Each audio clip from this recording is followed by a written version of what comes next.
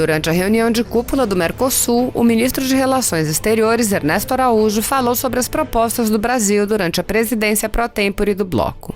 Araújo afirmou que a presidência sob Bolsonaro terá como foco a continuação das negociações externas, a racionalização da estrutura institucional do Mercosul e a reestruturação da tarifa externa comum, além de outros elementos de facilitação de negócios dentro do bloco. Ministro, como é que deve ser a presidência do Brasil pró-tempore no Mercosul? Ótimo. A gente quer enfocar basicamente três coisas. A continuação das negociações externas, temos aí esse grupo de negociações importantes que estão em andamento, queremos idealmente fechar, ou se não avançar bastante nas negociações que estão em andamento, eventualmente abrir novas, quer dizer, ter uma vertente de negociação externa muito forte. Queremos continuar também com o trabalho que começou agora na presidência argentina de racionalização da estrutura institucional, né? Todo mundo acho que concorda que o Mercosul tem fóruns demais, fóruns que às vezes não se reúnem há muito tempo, quando se reúnem não produzem resultados, então continuar aí um trabalho de, inclusive, redução de custos do bloco e uma estrutura mais enxuta do Mercosul. E também um trabalho em andamento, a reestruturação da tarifa externa comum para uma estrutura mais competitiva também, mais aberta um pouco da tarifa externa comum. O esquema mais ou menos já está armado, agora preciso ver exatamente o conteúdo que isso vai ter. Então eu diria essas três coisas e outros elementos aí digamos, de facilitação eu já estou na televisão ali. Outros elementos aí de facilitação de negócios dentro do bloco. O porta-voz falou que Itamaraty já prepara a consulta dos Estados Unidos. Isso confere? Como é que está esse documento? Como está essa elaboração? Sim, nós estamos preparando, enfim, né, o presidente, assim que ele tomar a decisão final de realmente indicar, se for o caso, né, o deputado Eduardo Bolsonaro, está tudo pronto para a gente fazer o pedido aos Estados Unidos. E quando isso deve ser encaminhado? Depende só do presidente da palavra realmente no momento de encaminhar. Como o senhor avalia essa indicação, ministro? Tem o apoio do senhor? Sim. Eu acho que seria um excelente nome, se for realmente a decisão do presidente, será um excelente nome para a embaixada em Washington. Eu acho que o Eduardo Bolsonaro tem todas as condições de ajudar a construir uma parceria efetiva com os Estados Unidos, que é uma das nossas prioridades, né? Consolidar isso que a gente já está construindo, com todo o acesso que ele teria ao governo americano, com toda a habilidade negociadora, a capacidade política, seria um nome muito bom. E tem a questão... Você quer fazer um pouco sobre isso? Não, e essa indicação do Eduardo Bolsonaro como embaixador lhe daria mais espaço para atuação no Ministério, na política externa brasileira? Eu acho que tudo que ajude a consolidar as linhas principais da nossa atuação, evidentemente, é ótimo para aquilo que a gente está tentando fazer na política externa. E uma dessas linhas é realmente a aproximação com os Estados Unidos, a criação de uma parceria efetiva, como eu dizia, tanto na parte econômica quanto defesa, segurança e tantas outras coisas. Então, ter um embaixador em Washington que seja capaz de ajudar a consolidar isso seria excelente para toda a política que a gente está tentando fazer. Se eu entendi direito, vocês estão preparando um pedido de agremã pelas dúvidas caso o presidente decida que é o filho mesmo que será embaixador, é isso? O agremã é um pedido formal que tem que ser feito sempre ao governo ao qual você manda um embaixador. Enfim, então tá tudo pronto, é só se o presidente realmente tomar essa decisão final, aí tem que só passar por essa formalidade. Não existe um plano B? Não existe um plano B para essa indicação? Não, enfim, existe, se o presidente resolver que é outro nome, então será outro nome. Tem mas outro nome, no momento, enfim, entendo que o presidente tem realmente essa ideia, como eu disse, acho que seria um excelente nome. Então, no momento não estamos trabalhando com outro nome, não. Mas não pegou mal, ministro? Assim, de forma geral, repercussão geral, não só, não digo assim entre a imprensa, só entre os próprios apoiadores do presidente, não acabou gerando uma polêmica desnecessária? Olha, eu acho que não, enfim, nós estamos num momento, claro que, como as pessoas prestam muita atenção em tudo que é política externa, assim como outras áreas do governo, tudo incita muita discussão, que é ótimo, porque é uma sociedade democrática e as pessoas têm opiniões sempre sobre diferentes coisas, no caso de política externa, eu pessoalmente acho isso excelente. E eu acho que pessoas que nos apoiam as coisas que a gente está tentando fazer em política externa, estão vendo que se realmente for essa decisão do presidente, terá vantagens muito grandes para essa criação da parceria com os Estados Unidos. E o motivo disso seria porque ele tem uma proximidade ao presidente Trump e à família, é isso? Esse é um dos motivos principais, acesso, né? A diplomacia, né, um embaixador precisa muito de acesso às lideranças do país onde ele trabalha e o Eduardo certamente teria isso. Vocês não trabalham então com uma eventual recusa, com a possibilidade do governo americano recusar a indicação? Não acredito que fosse o caso, porque eu acho que já foram dados todos os sinais de que seria uma ideia bem-vinda. Um sinal então na Casa Branca de que... Não necessariamente como embaixador, mas assim, né, todos os sinais do Trump em favor da pessoa, né, do Eduardo, né, então a gente não esperaria nenhum problema com isso aí. Contrário, também recíproco, eu diria, contrário não, do envio do filho do presidente Trump para cá, a Casa Branca chegou a sinalizar isso? Isso é uma especulação que eu vi, né, na imprensa. A mim pessoalmente não chegou oficialmente algo nesse sentido. Eu acho que seria algo também interessante, né, realmente se isso se materializasse, mas no momento até agora também não houve oficialização disso. Desculpa. Sobre a Venezuela, as negociações intermediadas pela Noruega estão avançando. É provável que tenha mais 4 semanas de negociações e tudo mais. O Grupo de Lima ficou no segundo plano em relação a isso. O Mercosul vai fazer alguma declaração sobre a Venezuela ou isso agora está na mão mais dos noruegueses, já que desse lado parece que a coisa está caminhando um pouco? Olha, não, o Grupo de Lima de forma nenhuma em segundo plano. A presença, a ação do Grupo de Lima... desculpa. Pode dar as costas para mim. A ação do Grupo de Lima é fundamental para reforçar a posição negociadora do que a gente considera o governo legítimo, né, do Juan Guaidó, nessas tratativas aí, né? Então, é justamente o momento do Grupo de Lima continuar trabalhando. Teremos a reunião semana que vem em Buenos Aires. Queremos redobrar o esforço do Grupo de Lima. O Brasil proporá isso em favor do lado do Guaidó nessas tratativas aí. Se elas resultarem na saída do Maduro e na convocação de eleições, excelente. Pode ter, por parte do Mercosul, ministro, uma declaração formal, porque houve reconhecimento pelo Grupo de Lima, mas o Mercosul de forma conjunta não, relacionada a Juan Guaidó como presidente da Venezuela. Pode sair isso por parte do Mercosul? O Uruguai tem resistência, outros países têm resistência. Amanhã tem alguma sinalização nesse sentido?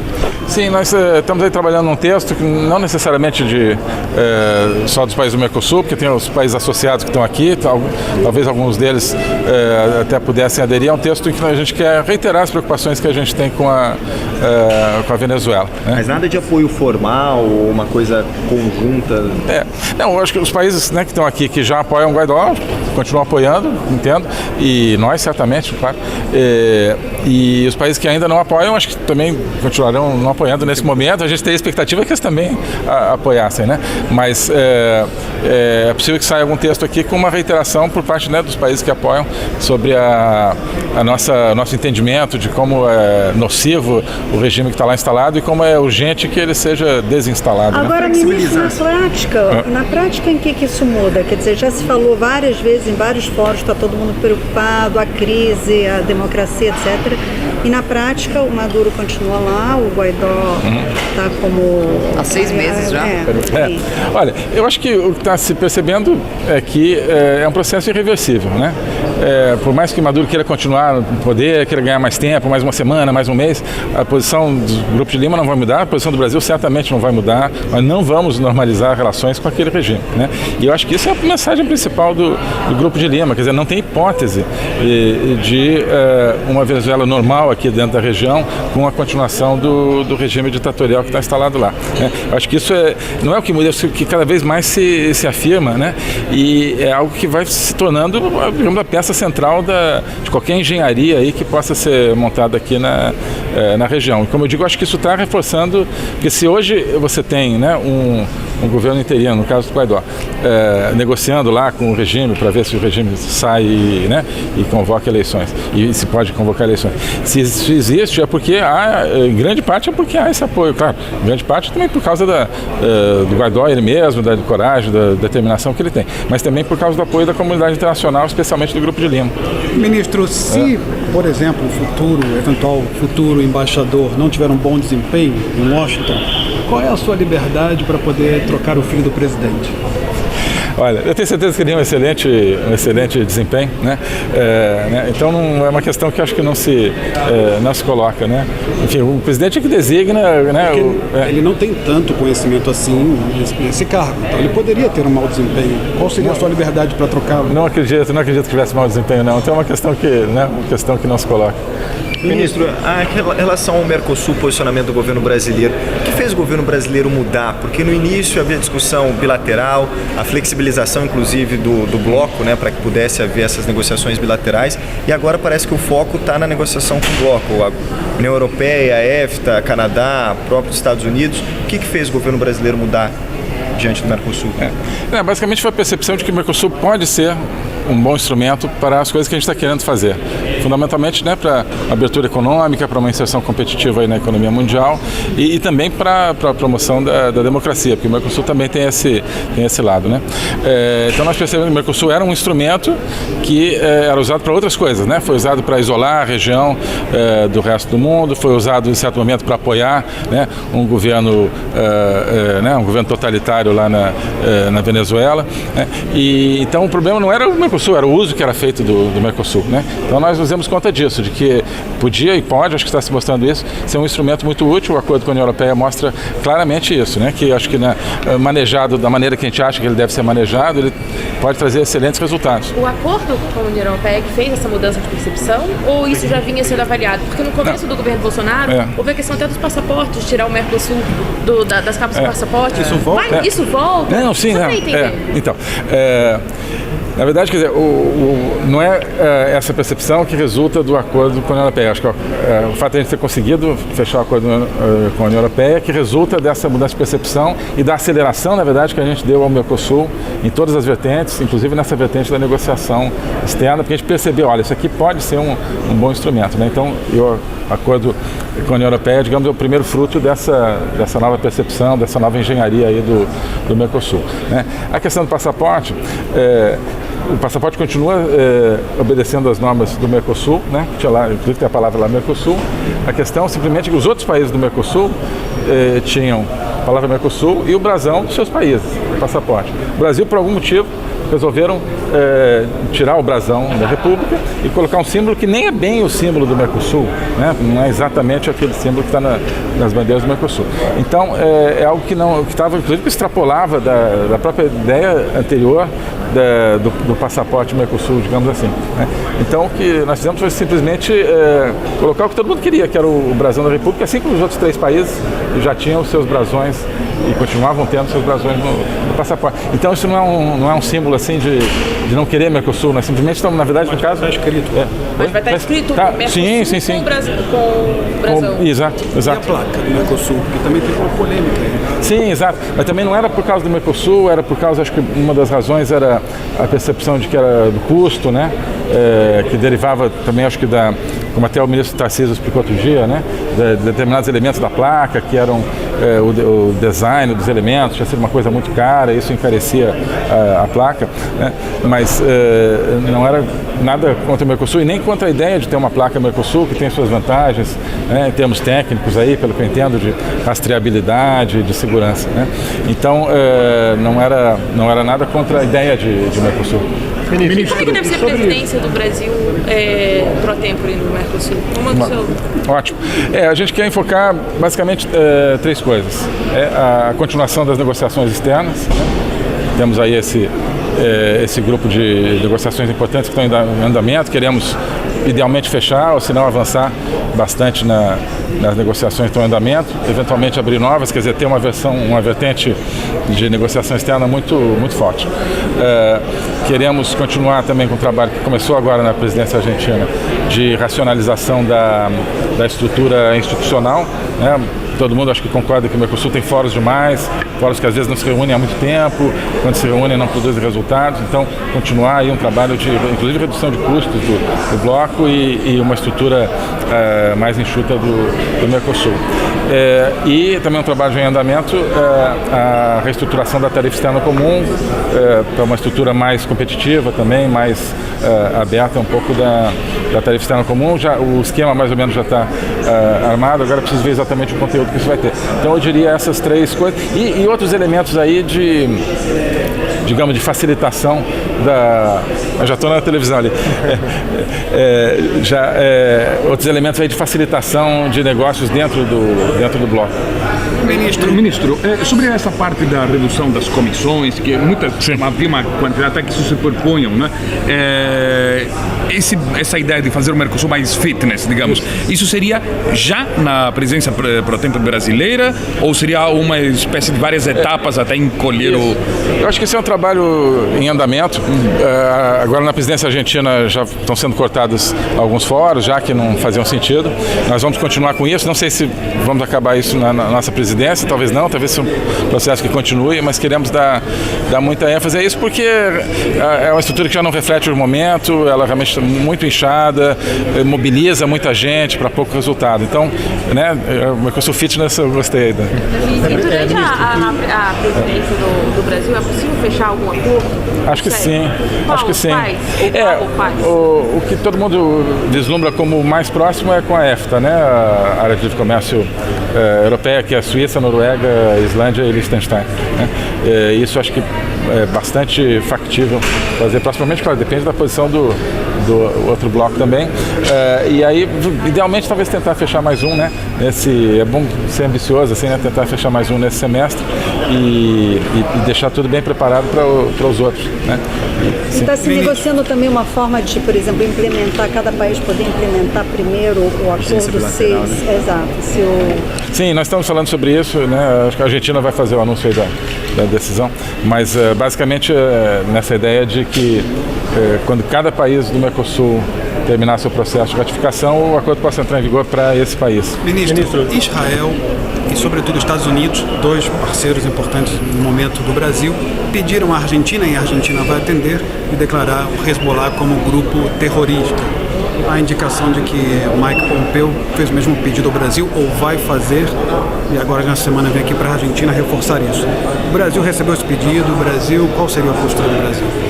Nós temos agora, depois de amanhã, essa reunião aqui sobre o combate ao terrorismo, um tema que nós estamos totalmente empenhados. Esse é um dos aspectos que vai ser discutido, né? Tem propostas diferentes aí que estão sobre a mesa, sobre exatamente o texto, não necessariamente só sobre o Hezbollah, tem propostas diferentes aí de texto para uma eventual declaração aí dessa conferência. Então nós vamos ver como fazer isso aí. O Brasil poderia atender esse pedido? Estamos considerando, enfim, não foi feito diretamente a nós, tem uma proposta que está sobre a mesa, nós estamos examinando, inclusive não depende só do Itamaraty, né? Depende de todo o governo brasileiro, de várias áreas do governo, nós já estivemos discutindo isso aí. E Mike Pompeo também trataria da vinda do presidente Donald Trump e que talvez fosse para a Argentina. O senhor tem indicação sobre isso? A reunião de países sul-americanos com Donald Trump seria aqui? Há uma indicação sobre isso? Não, isso ainda não temos isso bem definido assim, seria ótimo, né, se o presidente Trump viesse aos nossos países aí, enfim, há né, convites para isso e tal, já feitos, né? O presidente Bolsonaro já indicou que seria uma boa ideia, mas isso ainda não está definido em termos de datas ou países, onde seria, né? Eu acho que o importante é que há um interesse muito grande, no caso de Brasil e Argentina, por essa aproximação, evidentemente, com os Estados Unidos. Eu acho que essa visita, se ela se materializasse, ajudaria a consolidar isso aí. Ministro, aqui na Argentina se comenta que o Brasil seria quem estivesse colocando entraves para a entrada da Bolívia no Mercosul. Qual é a posição do Brasil para o ingresso da Bolívia no Mercosul? Certo. Na verdade, se eu não estou enganado, a entrada da Bolívia depende ainda da aprovação no Congresso brasileiro, né, e depois da ratificação do protocolo de adesão pelo Brasil. Sim. Diferente, enquanto que nos outros países já foi aprovado nos seus congressos, né? Então, não é que dependa do Brasil como um posicionamento político, depende porque ainda não há esse processo de ratificação concluído. Mas o Brasil, como o Executivo, trabalha junto com o Legislativo para acelerar esse processo do Congresso ou não? O importante assim, avaliar se a Bolívia está pronta realmente a integrar o bloco, tanto em termos comerciais quanto em termos do compromisso democrático, né? Então isso é que é o fundamental para qualquer novo membro, não só a Bolívia, né? Que se interesse pelo Mercosul, né? Então nós acompanhamos isso no Congresso, como vários outros acordos aí de interesse nosso de relações exteriores que estão no Congresso, né? Eu acho que é importante que o Mercosul está mostrando que ele tem uma vocação realmente de se expandir, ele está gerando cada vez mais interesse dos países que ainda não são membros, né? Isso é fundamental, e para quaisquer desses países é fundamental isso, né? Estar pronto para realmente aderir a todos os instrumentos do Mercosul. E está pronto? Não sei, isso é uma avaliação aí que tem que ser feita. Tá bom? Obrigado a todos. Obrigado a todos. Se você apoia Jair Bolsonaro, curta este vídeo. Manifeste a sua opinião e compartilhe para que a vontade do povo brasileiro seja conhecida. Inscreva-se no canal para ter acesso gratuito ao nosso conteúdo. Uma produção Folha Política.